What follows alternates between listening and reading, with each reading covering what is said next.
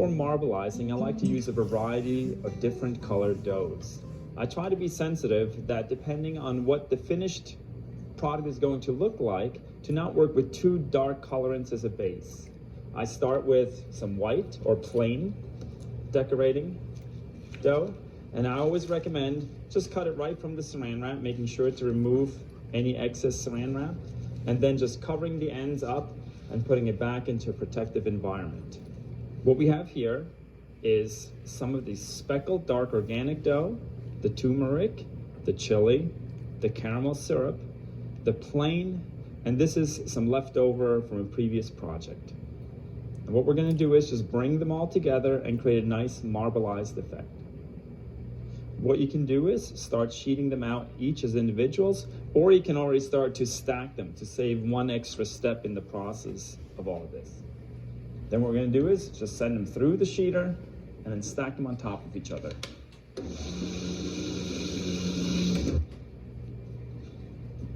Make little sandwiches.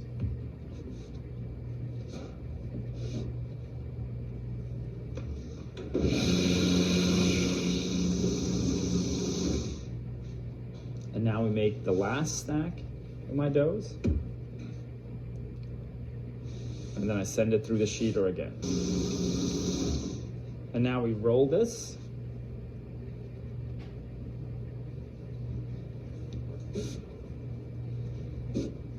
And we cut it in half, exposing the swirl-like pattern.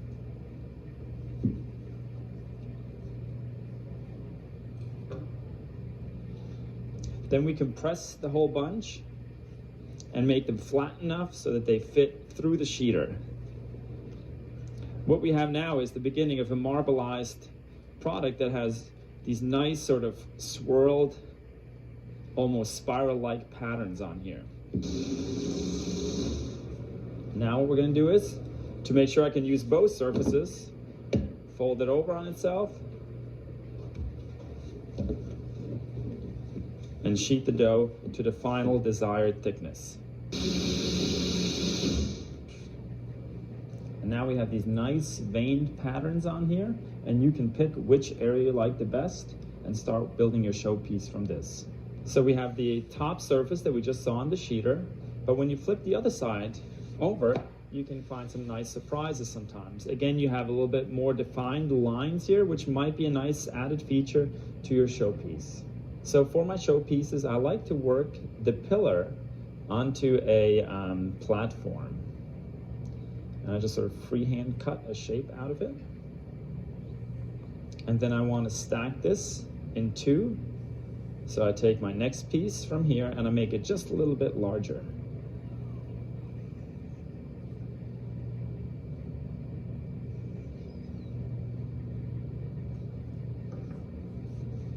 And this will be the base of the rooster.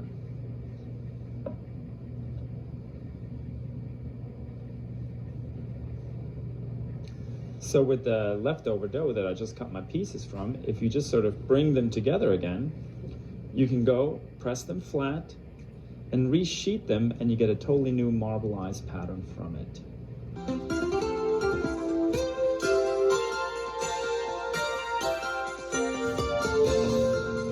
What I do is I take my posts and I make sure that whatever I cut, I have some pipe exposed at the end, so I have something to grab it and pull it out of. Usually an inch, inch and a half would be perfect. So I know I'm going to make this pillar about 8.5 inches in length. So I start from my piece here, make a straight line, and then I'm going to measure up 8 inches, 8.5 inches, and just trim the ends off. So this way I know that when I wrap it around the pillar, I have a smooth, even height piece. I also take the end, one end, and just clean up the edge. This edge is not important right now.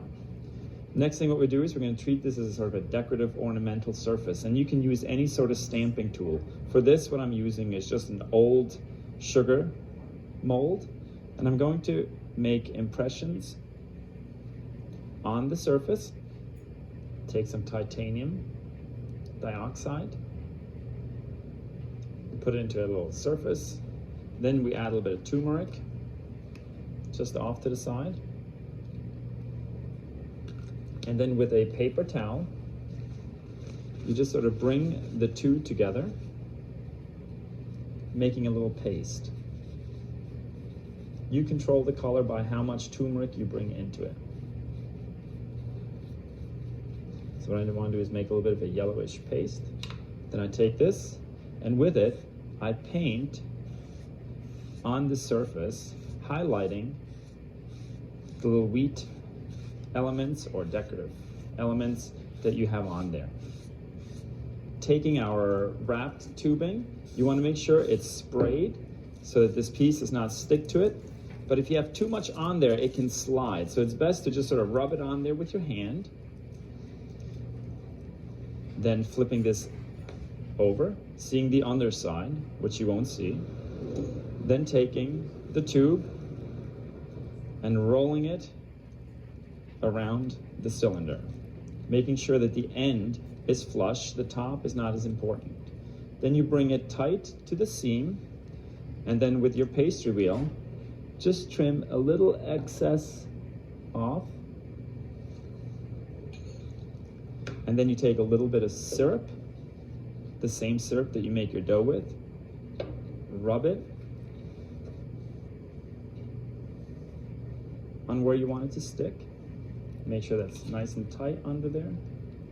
And then roll it on there, compressing it so it sits tight on there. And then it goes onto the sill pad. We're dealing with two thicknesses right here. We have a number 5, a little bit thicker. I like to use that thickness for supports to the back of my showpiece. And this is going to be another platform, so this is sheeted down to a number 3. So for the platform, I just cut out one of these discs. And because it's so easy to do, we might as well cut out 2 in case you break one and it goes. It's always a good habit to have on easy things to cut maybe 2 pieces from it in case you go to break it. For the support, I basically have a little wedge, and I try to keep these wedges at about a 5-degree angle so that the showpiece leans back just a slight bit.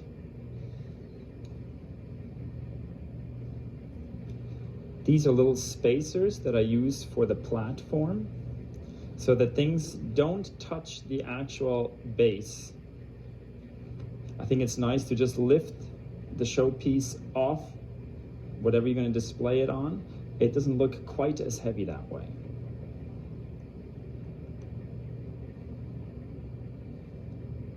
I'm going to make a little fabric that I'm going to wrap around my pillar. To do this, I take a little bit of red dough. This could be done if I'm going to do the American flag or anything with stripes on it. And I'm just going to clean up the edge. And then I'm going to cut strips of the stuff so that it's all ready to go around or on top of the white dough that I'm going to sheet out.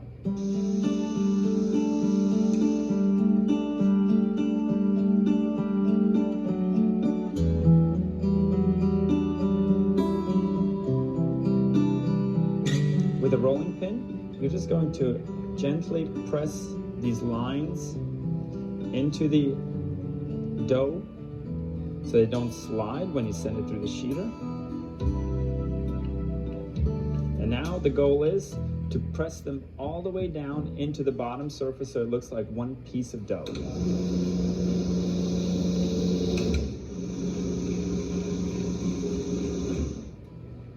Then what you can do is trim the edges on here,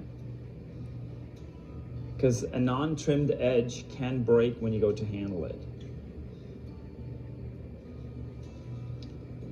The scraps you can use for some marbleized details later on.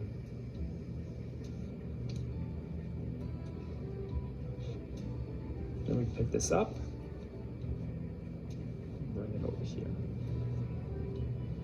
Then you can take this, take your tube, start on the top edge with this,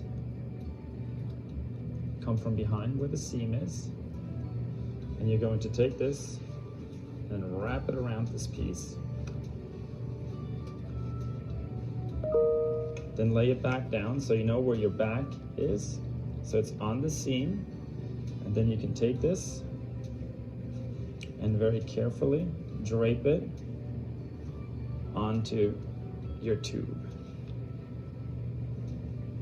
If it is too long, what you can do is just trim the ends off with a pair of scissors and stick that back again underneath so that visually you're looking at this from the front. And I always tell people to make sure that you fold the ends, if you're looking at this as an end, underneath so that you have a nice clean end to it. And then this gets baked. If you're making a showpiece that you want to last for a couple of months, I would recommend par baking the tube first, and then afterwards taking it out of the oven and wrapping your ribbon around it after it's cooled, and then baking it a second time. That way, both components are baked all the way through. What we have here is 3 different marbleized pieces. Actually, 2 are marbleized. This one is not marbleized, as we can see. And what we're going to do is we're going to cut the base template out of the non-marbleized, and then we're going to stack each component on top of our base, creating our Rooster profile. And I find it's best to work with a light color, going a little bit, not that this is lighter, this is obviously lighter than this, but this surface on top of that, and then darker as we go higher up in the Rooster. It gives us a little 3-dimensionality as we stack these units right on top of each other.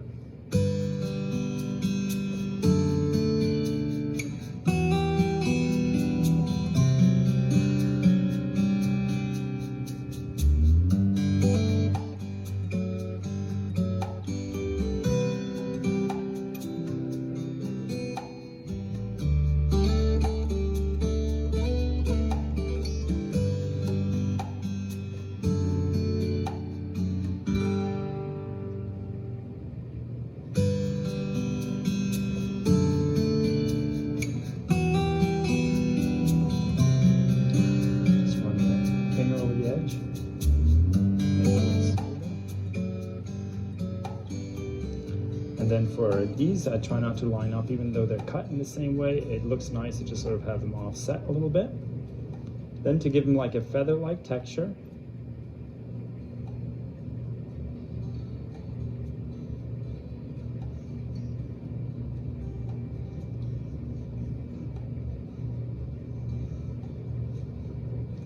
again, making a paste. You can use other colorants too. This works fine with black cocoa.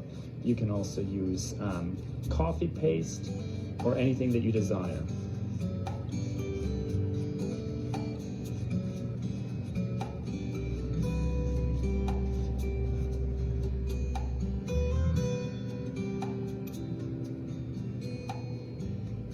As I cut each layer, when I sheet my dough, I try to go thinner and thinner as I get to the top because I'm not looking for any more strength. I'm just looking for a detail.